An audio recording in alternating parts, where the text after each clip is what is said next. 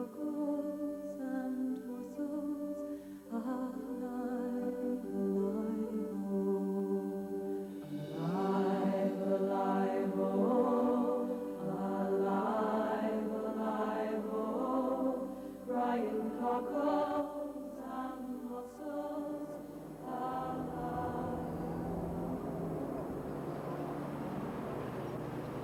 Welcome to the Phoenix Park for the Rothmans Phoenix Park Motor Races 1996. A terrific free showcase of motorsport over the next 2 days. And it's really hard to believe that 30 years ago, on this very wall, like so many thousands of other Dubliners, I got my first real taste for great motorsport. And like so many thousands of Dubliners, as it became a tradition, I'm going to relive that tradition by going in over the wall. Pump the hair and turn her down the rocky road, all the ways to Dublin, wipe out the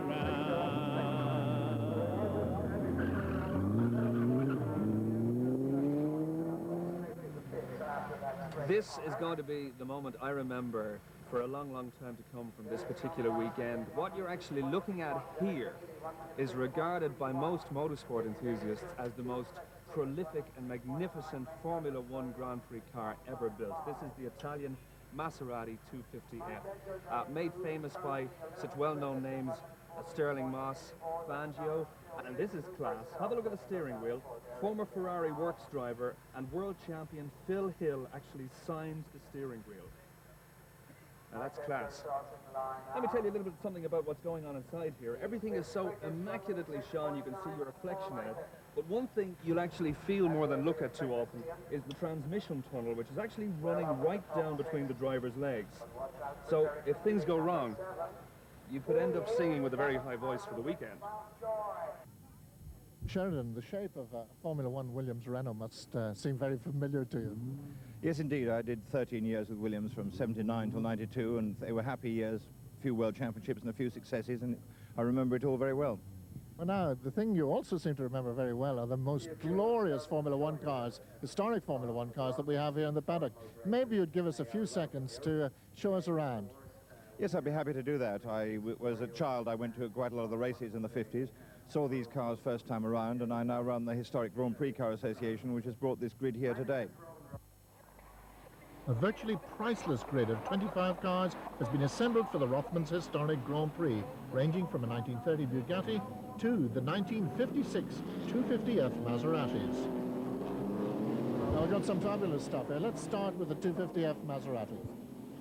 Okay, we've got 4 of those here. They were famous cars raced in the period 54 to 57. And obviously the great Juan Manuel Fangio raced those a lot and won a world championship with them. And 4 of them is a pretty good turnout and hasn't been seen in Ireland for a long time. The Maseratis are undoubtedly the stars of the show. We're actually watching here a £1.5 million dice for the lead. These Maserati 250Fs now changing hands for almost £750,000. Sheridan, in the mid-50s, it was the Italian red of Ferrari and Maserati, a bit of silver from Germany, and of course then, at long last, the green from the British Racing Green. Yes, indeed. I certainly remember at school the thrill of excitement when Tony Brooks won the first Grand Prix to go to a British car since the 20s at the Syracuse Grand Prix, and that really set the scene for recovery in British motor racing and Grand Prix racing, initially with Connaughts and then with Van Wools and BRMs towards the end of the 50s.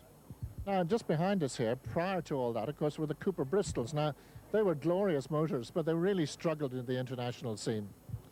Well, there was 2 years of Grand Prix racing to the 2-litre formula in 52 and 53, and they were struggling, not winning, but they were racing reasonably successfully in that period, and then some of them carried on with in the 2.5-litre formula, but they were really race cars for the relatively impoverished British racers throughout the 50s. Waiting for the Connaught situation to come along.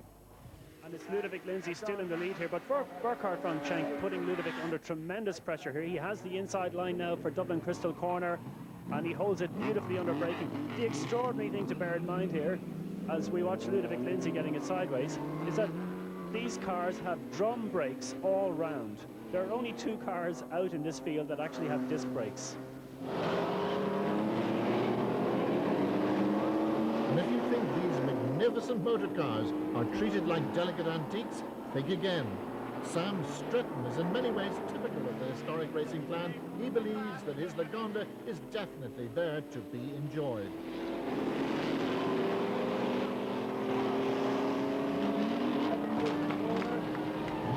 Oh, and he's gone, Lindsay's gone, and nearly Van Shank as well. And surely the ERA now is through into second place.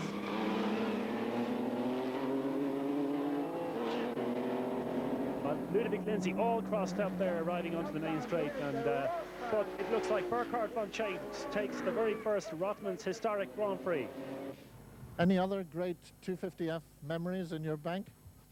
Well, when they first started racing them historically, that is other than in Grand Prix, Charles Lucas was a close friend of mine. He raced them very successfully and very spectacularly. Neil Corner, whose son Nigel races a 250F now, and Patrick Lindsay were spectacular drivers of these cars in the manner that you've described, sliding the cars, very easy for the public to see excitement and to appreciate it more easily perhaps than seeing Grand Prix drivers now. But I think the biggest satisfaction of my life was being involved in Nigel Mansell's championship in 1992 because Nigel was already retired and we got him to cancel his retirement and come back into racing, and then to win the World Championship at the end was the best possible send-off. And you're still involved with Nigel? Yes, I worked for him on a number of things. I did 2 years in IndyCar racing with him, and we work on various projects, and he hasn't retired and is obviously interested in keeping in touch with the racing scene. Hasn't retired? Hasn't retired. When will we see him on the track again? When the right thing comes along. And the old triangle, when jingle, jangle,